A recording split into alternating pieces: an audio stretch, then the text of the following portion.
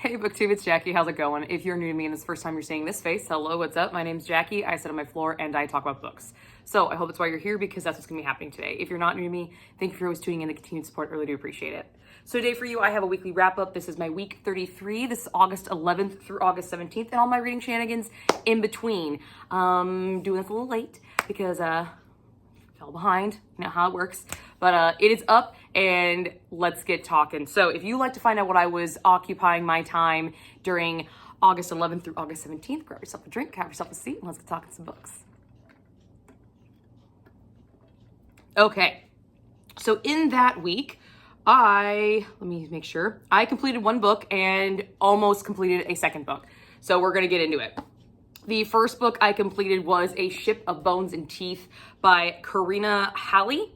I gave this 3.5 stars. It was a really good time. I had a really good time. It gave me that seafaring feel I needed. So let's just start talking about it because this was a fun one to read. This was definitely a fun time. A few stats. This is a standalone. Currently at this time, it is a standalone, and it is a fantasy romance with a little bit of a Little Mermaid retelling. Not so much a retelling as more just has basis in Little Mermaid. It's kind of like Little Mermaid after she becomes a human and marries Prince Eric, okay? So that's the kind of start base, but then this is the aftermath of it.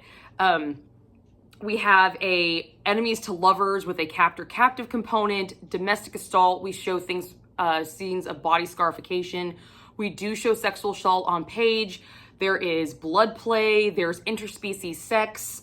There's primal play. There's murder. There's death of a spouse and a child on page, and graphic violence. So just saying a few of the triggers that are in this book. There are a lot, so do check your trigger warnings for this one. This one is a doozy for you dark romance girlies out there, especially if you like the dark pirates and everything like that. It's kind of nice. It's a good time. That's why I'm wearing my Executioner shirt today. I felt it was apropos for this book.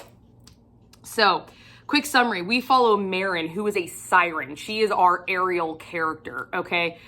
She made a deal with the Sea Witch to give her legs to live on land so she could be with the man that she fell in love with, which was Prince Eric. So that all kind of takes place in the very beginning. We do see it, a quick little prologue to the story. However, we do get a few more elements. She had her tongue removed instead of her voice box taken, so that's why she can't speak. Spoiler! It's a little graphic. It's a little bit. But then after we have this, we have a time jump about 10 years.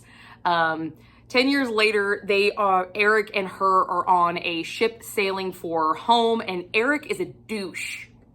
He's a douchebag. He's abusive verbally and physically. He does not give a shit about her, especially since her tongue grew back. So now she can speak. So before, when she was just something very beautiful to look at, he was fine. But as soon as she started actually voicing things and becoming the person that she was promised that she would be by the Sea Witch who duped her, Eric turns into be a total motherfucker. And we don't like him. You're not supposed to fucking like him. And it's achieved. It is achieved that we do not like him anymore. So fuck that guy. While they are on the ship, their ship is attacked by none other than the Night Wind, ran by the Brethren of the Blood and captained by Captain Ramsey Bones Batista, who is our male hero, Morley Gray character in this story, and Marin is our heroine. So now we have finally met our two main components, and they are now together in a very close proximity confinement, and things are starting to get a lot of fun. But what we've learned is that Ramsey and Marin are both monsters. Marin is a monster himself because sirens are not the beautiful mermaids that people assume they are. They lure men to their death with their song, and they're vicious, and they're blood hungry, and they eat their kills. They eat the hearts of the organs of the men that they take to survive. So monster in her own right, and Ramsey is this own kind of voodoo fucking witchcraft vampire thing. Okay, he's a monster in his own right, and they realize that they are both seeking the same evil for different reasons. Marin wants to get retribution for being lied to from the Sea Witch, and Ramses wants revenge because the Sea Witch fucked him hardcore with his wife and his daughter. So now they are hunting together, and through this back and forth, captor, captive, and then enemies to lovers. We see this really awesome dynamic, banter, sexy, bloody, violent, seductive, just great romance playing out on page. So that's our story. Let's find out what worked in this book, at least for me.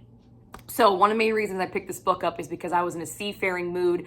I wanted some pirates. I wanted some Caribbean feel. I wanted that. I wanted sexy pirate time. And I got it. This thing delivered. Majority of this book takes place at sea or on a ship. So if you're looking for something seafaring life, you're looking for some authenticity in your seafaring fantasies, this is it. Because this book and this edition, and I found out recently that other editions do have this, there is a diagram here inside the book of the actual ship, giving you specific terminology, which are actual nautical terms. And Hallie does use these throughout the book. So I really like that she stuck to that true nature. You really get a feel of what it's like for life on a ship, especially with having a rogue female on there with that fantastical element thrown in. The seafaring aspect was delivered. I fucking loved this. Not only do we take place most of the book on the ship, we see daily, everyday life, like running the masts, running the ship. We get to see a lot of this, eating on the ship, eating in the quarters, learning how small and tight the quarters are, how people are literally just stacked on top of each other.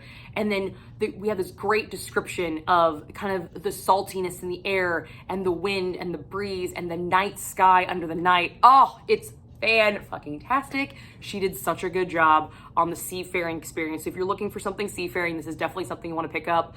Do remind that there are triggers in this, but the setting and the ambiance is on point for this book. Fucking ate that shit up. Ate it up. We also have a nice reworking of The Little Mermaid. I do enjoy The Little Mermaid, and I liked how it was incorporated, the elements of The Little Mermaid that were incorporated into this. Not only is she described as a mermaid, but we learn that she's actually a siren, which mythologically might have been the mermaids that we believe to be. And I liked how there were moments of the story of the traditional Little Mermaid that were incorporated into this. So we have the sea witch, we have the giving up her voice to retrieve legs, we have Prince Eric, but we have the aftermath of it. And I really, really enjoyed the aftermath. I like stories that give me aftermath and kind of like the what happens after, because you never know. Did they live happily ever after? I mean, really? Did they? I really liked how they worked in some of these Little Mermaid elements. However, what I really enjoyed about the reworking is that they used the time frame that this book is set in historically accurately within the confines of this story. So in the beginning, when the sea witch is trying to convince Ariel, did that mistake a lot, convince Marin and to go along with her plan and actually do this, she lies to her and says that women can be queens up there and taken care of and prided and be seen and heard and loved for who they are. And at this time frame, women were not that, okay? We know that they weren't. And Eric treats her just like he would have treated any female in that time frame. And I thought it was really, disheartening to see that. But at the same time, I like the historical accuracies tying in with the historical and the actual nautical terminology. I like the fact that there was a lot of truth in this fantasy. I really enjoy that. I really enjoy when authors do that and they do it well. And I think she had a very good balance. So somebody who is big into seafaring historical novels or is big into time frame novels will appreciate the authenticity of this while still allowing this fantastical element to thrive and shine on top of the historical basis. And somebody who loves fantasy will still appreciate that authenticity of the history, just making their fantasy in more layers that you can just peel away. And I thought it was really, really great the way she did that. Sorry guys, my camera battery died and my daughter needed me, so I had to cut it real fast. So what I was saying, the next thing that really worked was the enemy side of the enemies to lovers. I thought this bitch had this thing on fucking point, okay? Absolutely stunning. I knew these people hated each other and I was down for it. I was here for it bring it the fuck on. Okay, loved every single second of this hate side of it. There was so much evidence to back up the hate, and that's why I loved it so much. It's because it wasn't just, oh, I'm a pirate, you're kind of like a mermaid, I'm seeking out. Like, no, we got actual authentic moments of hatred. This motherfucker branded her. Yes, she's gonna hate his ass. Absolutely. Absolutely. I loved it. I loved the evidence in this book for this hate.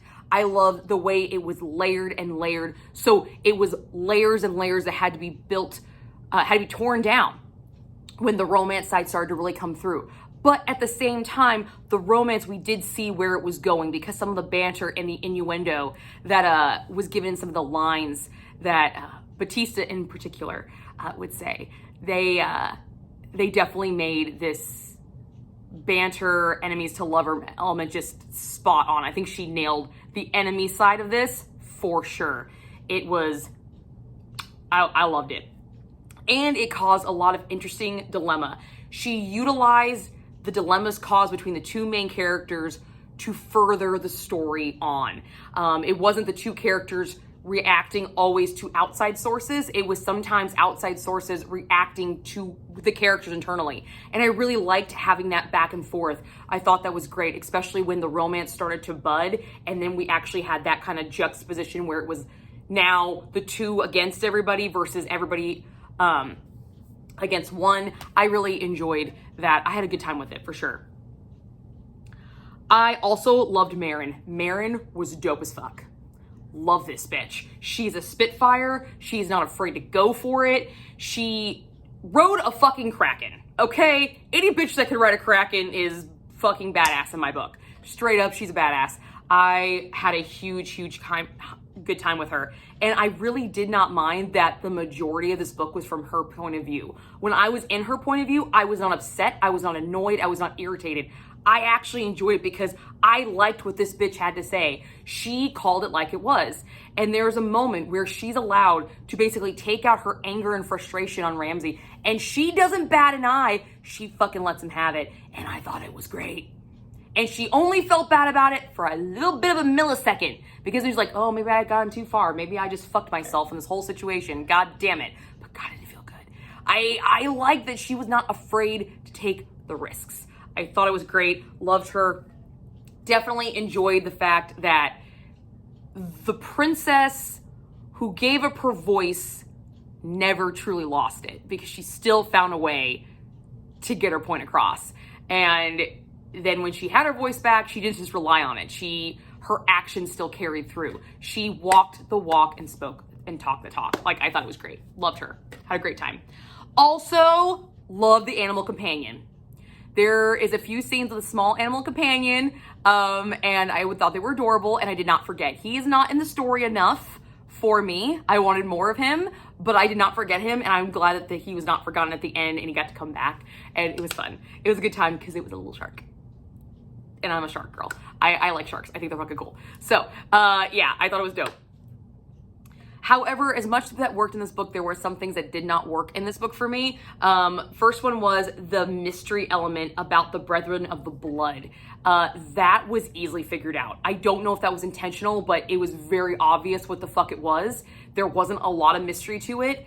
And I know this woman could have written it to give me more intrigue, kind of throw me in different areas. I would have rather been thrown and been surprised with this element. But I wasn't. It just kind of was like, hey, here it is, moving the fuck on. I'm like, oh, well, that's kind of shitty. I liked this. I wanted more of that mystery in it. I thought it was one of the biggest dilemmas in this book, and it was revealed very, very early, especially when you know what Marin actually is. As soon as you find out what they are, the whole major dilemma of the crew and this romance starting already there. The chess pieces are laid, and the game has literally just started. So I was like, oh, what the fuck are you expecting me to do with this? Like, just sit here and wait? That was kind of annoying because the big reveal was already there. And it was just irritating. I don't like when the big reveals are revealed too early. It just wasn't timed right. But it was a good reveal. It wasn't timed right. I really feel there's a lost opportunity with this book with the sea witches. I would have really liked to see more of the intertwining story with the Sea Witches because they're all intertwined. Batista's wife, former wife, is a Sea Witch, and she's related to the Sea Witches that we deal with in said story in one way or the other. And I would really have liked to see more of that intertwining, more of that dynamic brought in, because I think it would have just given another layer of like epicness to the story. We would have had the enemies to lovers component. We would have had this revenge component. We would have had this historical component. We would have had this familial component. We would have had all these different layers, which just would have made this fucking thing even more dope than it already was. And I feel like it was lost. The more background on these characters would have been amazing. I'm hoping that maybe down the road we will get to see these characters more and kind of learn their stories. I really enjoyed them. I enjoyed when they were on page. I enjoyed how they were infused in the story, and I wanted more of them. I felt like they were a missed opportunity, definitely. And that broke my heart because they were a good part of the story. I mean, they were one of these witches was a catalyst for literally the entire story. And I knew fuck all really about her. And I wanted to know. I wanted to know who my villain was. I wanted to know exactly what made her fucking tick. And I didn't get that. I think it would have just added another layer of like, fucking Christ, are you serious? What the fuck? Like one of those moments like, but it just wasn't there. So that was a little disheartening for me. And the other thing that kind of bothered me, there is one sex scene in this book that's pretty fucking weird. Okay? It's just fucking weird. I am not about kink shaming here. Like, you do you. But when you're fucking a fish, the fuck, man. Get the fuck out of here. Get fucked. What? No. No. No. Especially when this scene happened. It's not so much the fact that he was banging her in fish form. Okay? It's really not even that. It's the fact of what just happened, and that's all you can think of. Really? That's it. And when you get to the scene, when you read this book and you get to the scene, you'll understand, it's like, really? That's your main thing right now? Is that he has you in this form at least once? Get fucked. No. Your priorities are skewed. Okay? Don't get me wrong. Sex is fun. I'm always down for a good fucking time, especially a time you're not going to have all the time. But when all this fucking carnage is going on, not the fucking time. Captain, okay? Not the fucking time. It can wait, all right? Come back later. You know, like, seriously, come back later. Like, it's still going to be there. You know, I would have enjoyed that scene if it would have been like after everything. Like after the big huge battle, not right there. Because all I'm thinking is like, well, all your fucking people are like dying and you're fucking a fish. Like, what the fuck? You're a great captain. Like, I lost a little bit for Ramsay on that one. I kind of did. I didn't care. And then on top of it, you're fucking a fish. It was hard to picture. I'm not one for wanting to stop my sex scenes and research. And this one I felt like I almost had to, but my internet search history is crazy enough with some of the books I read. I was not about to fucking look this shit up. So I had to really use my imagination, and it was strained. All right? It was fucking strained. And I was exhausted after it. I was like, I still have like 5 fucking chapters of like fight scene to read now. Are you serious? It just wasn't the right placement, guys. Wasn't the right placement. Hot fucking scene, not the right placement, and really fucking weird. Like, that was kind of weird. Which brings me to my spice rating. I gave this thing 4 chili peppers. I mean, it has interspecies sex. Okay, it does. It does. And we also have a lot of blood use in here. There's some blood play in this. When you find out what the brethren are, it makes sense why it's there. But I still want to make sure people are aware of it because of, you know, triggerings. Very rough and aggressive sex. There is no soft, loving, petting, love making. This is hardcore, aggressive, fuck you, I hate you sex, and I love it. Oh my God, I love this shit. This is the kind of sex I want in my dark romance books. Abso-fucking-lutely. This hate, aggressive, angry, just gotta have kind of sex, that definitely lent to the building of the enemies to lovers, helped bleed it over really, really well. It was dope. It was awesome. We see vaginal, we see oral, and we see fin. I don't know how you call that, and I don't really want to look it up, so feel free to look it up if you want. But yeah, there's some fin action going on. Okay. Becky, who I actually picked this book up because Becky over at FirstLadyReads gave me what is like a companion novel for it. This is a standalone. You can read a standalone, but the next book kind of that follows these same cast of characters. You do see 2 of these characters in here. So you do have to read this one first before it gets spoiled. So it's not really a series. It's kind of like a companion series. But she told me to look for the crow's nest scene. Girl, abso-fucking-lutely, that thing was dope as fuck. And all I could think of after reading it, I was like, this is one of the coolest sex scenes in this book, but goddamn the splinters. Ow. All the splinters. That's all I could think of after going through that scene, but that scene was hot as fuck. Oh. I want to do something in the crow's nest now. Like, I want to go sailing, be in a crow's nest now just because of that fucking scene. It's dope. I also really liked the dialogue during the sex scenes between Marin and Ramsey. There is some really good, dirty, aggressive, mean talk in this. It's not just dirty, it is also aggressive and angry and like hate-filled and enemy-filled, and then it bleeds over into innuendo, and then it bleeds over into like passion, and it's just, oh, it was great. It was a nice trajectory to see the change. There was a nice arc, a nice flow to it. Yeah, the sex scenes were on point with this, even the fishy one. Just wish it would have been in a different location.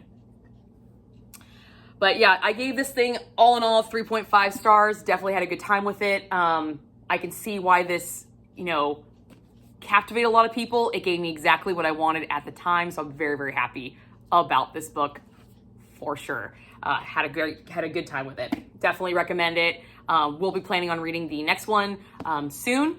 Just don't know how soon, but I'm still in my seafaring mode, so you'll probably see it a lot sooner than you think. But yeah, 3.5 stars. The next book I started that week was an audiobook, and that is Take by Pam Godwin, and it looks like this. This is the 5th installment to the Deliver series, a series that I started a couple years ago, and I've been slowly making my way through it. This is a captor-captive romance. We do show rape on page. We have blood play. We have urination, self-mutilation, and psychological torture at this point, where I'm at in it. And yeah, you do have to read the first 4 installments to understand. This is a direct follow-up, but it does follow. Okay, so the way this series works is they are companion novels, but you have to read the series in order to understand who some of these characters are and how they tie in with the whole kind of overplot, because there's a big overplot in this series. And as you read the novels, you will see that. So you do have to read these in order, but I wouldn't say it's a direct follow-up as in like Throne of Glass series is follow-up. It's not one of those. It's a very gray kind of companion series type thing, and a very, very dark one at that. But I'm having a very, very good time with it, and I can't wait to finish it and let you know what else I think of it. So that is what I got for you guys for week 33. Yeah, week 33. And I will see you guys soon with week 34. See you guys later.